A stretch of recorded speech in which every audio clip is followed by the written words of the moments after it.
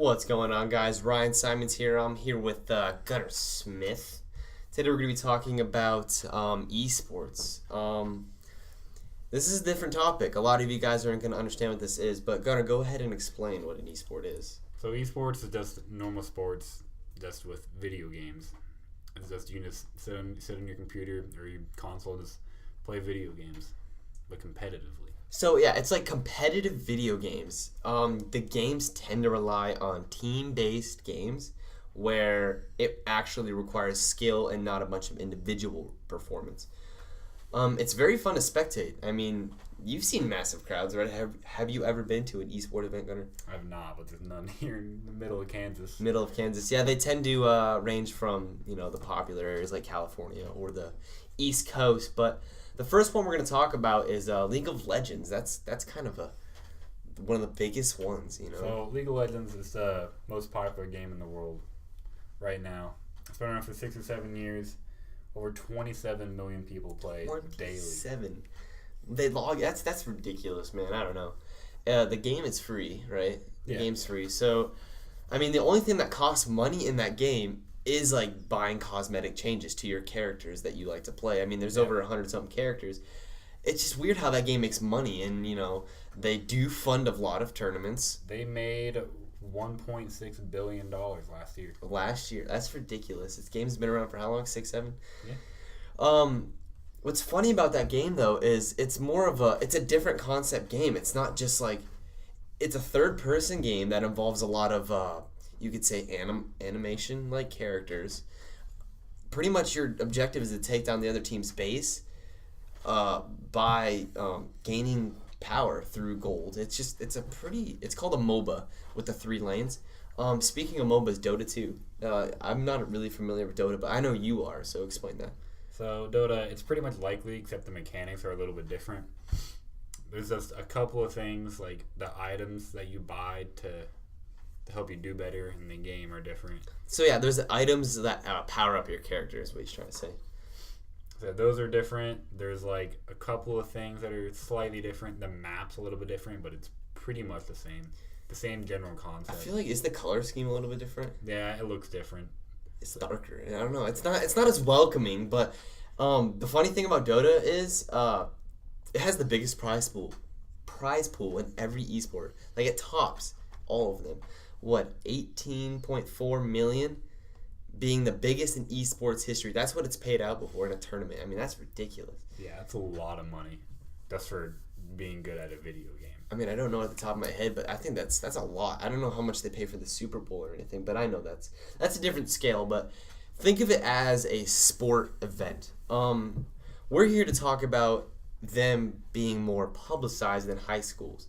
We'll get to that later, but let's explain some of the other ones off. Pretty much the most American of them all, Call of Duty. So a lot of people don't realize, but Call of Duty is actually a very competitive game. A lot of people like have an Xbox that's play it with their friends all the time, but you can get competitive in that game if you get good enough, and then enter massive tournaments and make a living off of just playing Call of Duty. Yeah, which is a lot of people who make a living off of like video games or Call of Duty. People hear of them as being famous YouTubers or something, but Call of Duty is one of those games where everybody plays for fun, kind of like Smash Bros. Except there's that select few amount of people who are actually good at the game who want to take it to another level. Console games are mass majority. The other games we were talking about were PC games, computers. Massive tournaments, $1 million prize pools. That's pretty good. Yeah, I'd say probably Call of Duty don't have the biggest tournaments, but from what I've seen, the players have probably made the most money. Yeah. From what I've seen, just because there's just a lot of tournaments. Like there's not like that massive ones, but there's just a lot of them. Yeah, multiple. Okay. And they just rack up the money, and then they have the sponsors that pay. Yeah, the sponsors are huge in esports right now because there's not a lot of funding coming from entertainment purposes, but there is still a decent amount. Call of Duty is the most American. I do know League of Legends is based out of China or Japan. It's based out of America. League of Legends, no, it's based out of another country. It's I do know Dota 2 is more. What we mean by that is League of Legends is what I'm trying to say is it's competitive. More pop. Okay, yeah, Korea. The better players are in Korea. Yeah, okay, so it's more of a Korea-based game. What we're trying to say is the top level American player is considered an average player in Korea, is what we're trying to say. Dota 2, that's more what, Russia? It's a Russian game, isn't it? Where all the It's a lot of European too. Yeah, but Mainly European and Russian. that's what I thought, because that brings us to our next game, Counter-Strike. We've both played Counter-Strike a while. Yeah, Counter-Strike, I'd probably say it's more of a European game, but it's also quite a bit of American too. Counter-Strike's the daddy of all of these, isn't it?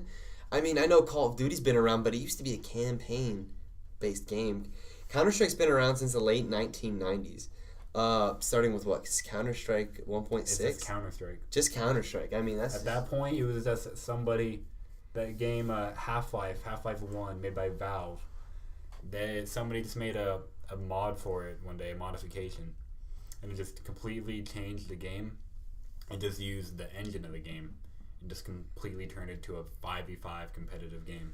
Yeah, well, the funny thing is, it's like Call of Duty, where there's big tournaments, but most of the players make their profits off of all the masses of tournaments they have. I mean, there are just a lot of tournaments, and I kind of feel bad for the players. I mean, yes, they're making lots of money, but it's not easy. I mean, you're sitting there constantly having to try your best. And the thing about League of Legends and Dota 2 is, yes, there's smaller events, but most of the time, the big tournaments is what the top level players are focused on. Which is, I mean, it's all right. But I don't know. Counter-Strike's one of my favorites. The funny thing is, Counter-Strike is based out of Europe. There's a lot more people in Europe that play that game, is what I was trying to say. You know, it's Europeans are better at Sweden. Is that a European? Yeah. That's. Then all these games, and there's also a couple we didn't mention. I know, like Super Smash Brothers. That's an American game. There's some Japanese players that are very good, but it's like 90%. I would say that's global. Wouldn't you say that's more of a global game? Because some of the best players were based out of Japan. Some of the best players were based out of America. I'd say it's American and Japan, and then very, very few. I've only heard of like 2 players that are very good coming out of Europe. Europe, yeah, Asia, especially. I mean, I can't think of anybody that's professionally came out of there.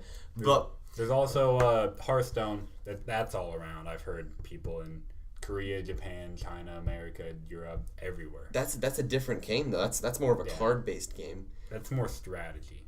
And also, there's a lot of luck mixed into it too. For those of you who don't know, Counter-Strike is more of a first-person shooter that requires a lot of teamwork. As in Call of Duty, you can have a lot of individual skill, and same with Smash Bros. And Hearthstone are kind of similar because it's more of a singular type of game where one person usually represents a country. Yeah, there's also StarCraft, which is Korea, right? Yeah, Asian, pretty much Korea. Not really popular in America. I'm not sure. There's a good amount of people who play it in America, but it's mostly popular in Korea. Yeah, that's funny. But what we needed to mention was how esports should be represented in high schools. Like, you know, how many high school sports have you been involved in? I've tried out for basketball. Mm-hmm. I've been interested in trying out maybe for football and baseball. Yeah, but see, let me give you an example.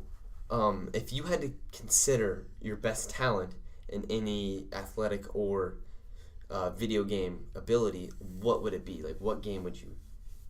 Oh, I'm probably the best at video games. Yeah, but I'm saying, which specific game you think? Either League of Legends or Super Smash Bros. Or maybe Smash Bros. Probably Super Smash Bros. In my opinion, Super Smash Bros. Now, what if we represented the sports as esports? Like, what if esports were represented in high schools as sports?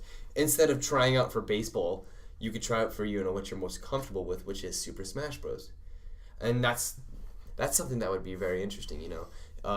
Having teams, you know, since it is a team-based series is esports, like League of Legends, Counter-Strike, and Dota. Imagine, you know, us competing against other high schools, you know, bringing a crowd. Imagine a regional championship every year just for video games. Yeah, like the states, that'd be kind of cool. Yeah. That'd be hype. Not everybody's good at sports. You know what I'm saying?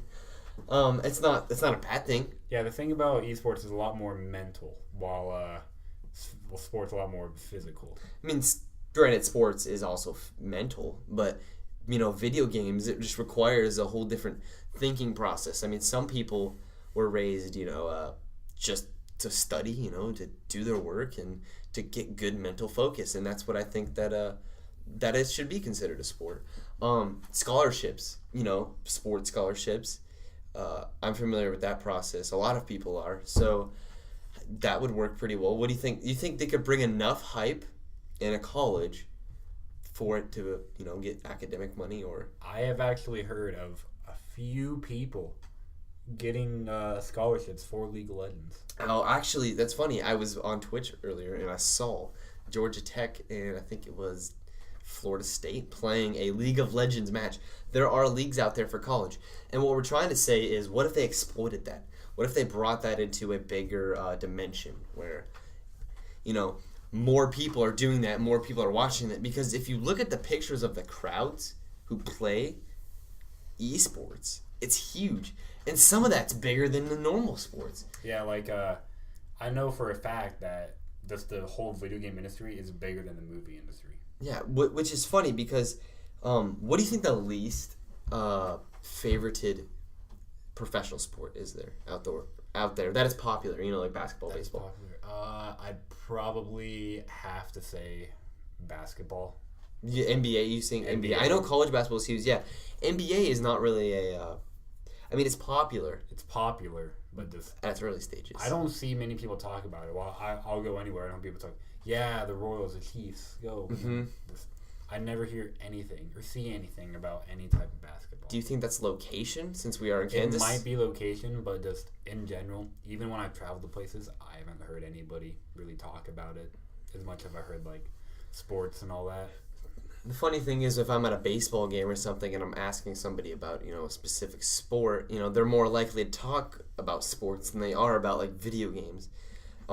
Let's say, for example, you're at a video game club. I mean, everyone's going to be interested in, video games, which is why it would be neat if they represented and incorporated, video game esports into the schooling system.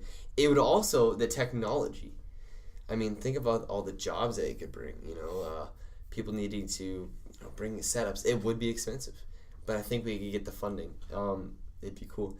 I know I'm graduating this year, and you will next year, so it's going to be kind of sad we won't get to see that happen. But there was a little bit of a push for it, not locally because we're Yeah, the most I've seen is us some clubs sprouting up, and then they'll try to get if somebody knows somebody else that goes to another school nearby, they'll ask if they somehow have a team, and then they'll play each other.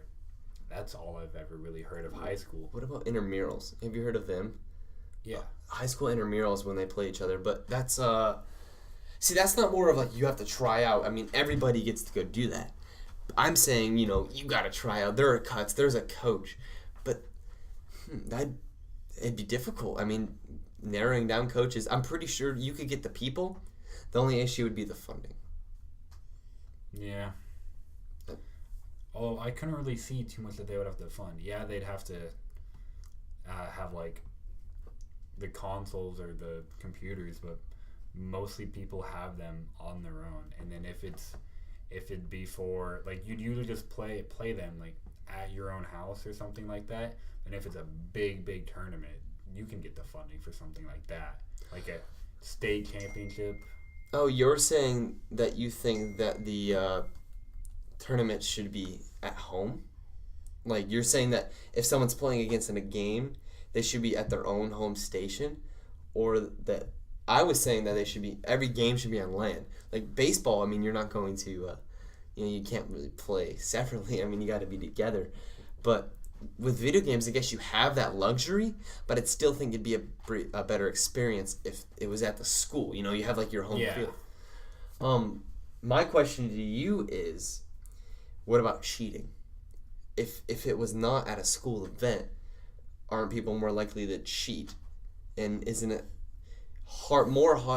is it harder to catch that this generation of teachers and counselors or people that would be hosting it aren't as technology savvy as they will be in 10 years. What do you think? Yeah. You think land events that'd just be a huge issue. It would take away funding, but funding is our main concern here. I feel like if we could get enough people interested in it, I mean, video games themselves are a lot more accessible than sports because I mean everybody like around you has like, yeah, I've played an Xbox before. You can just get on any computer and play one of these games and then get good at it. Yeah, you're right. It doesn't require weather. It doesn't require all. It doesn't those things. require a team of 30 people they have to round up every day to go and play. You just hop on, hit start. And start playing. Yeah, it's easier to practice, that's for sure. But that also cues for more competitive play and tryouts. But if the funding's there, I feel like it would happen. Let's see what the future holds. I definitely won't be a part of it. We'll probably be out of our high school and college system before it happens. But nevertheless, we'll keep playing our video games and esports and chase on that professional dream. So thank you guys for listening. It's been me and Gunner, and peace out, Berg. See ya.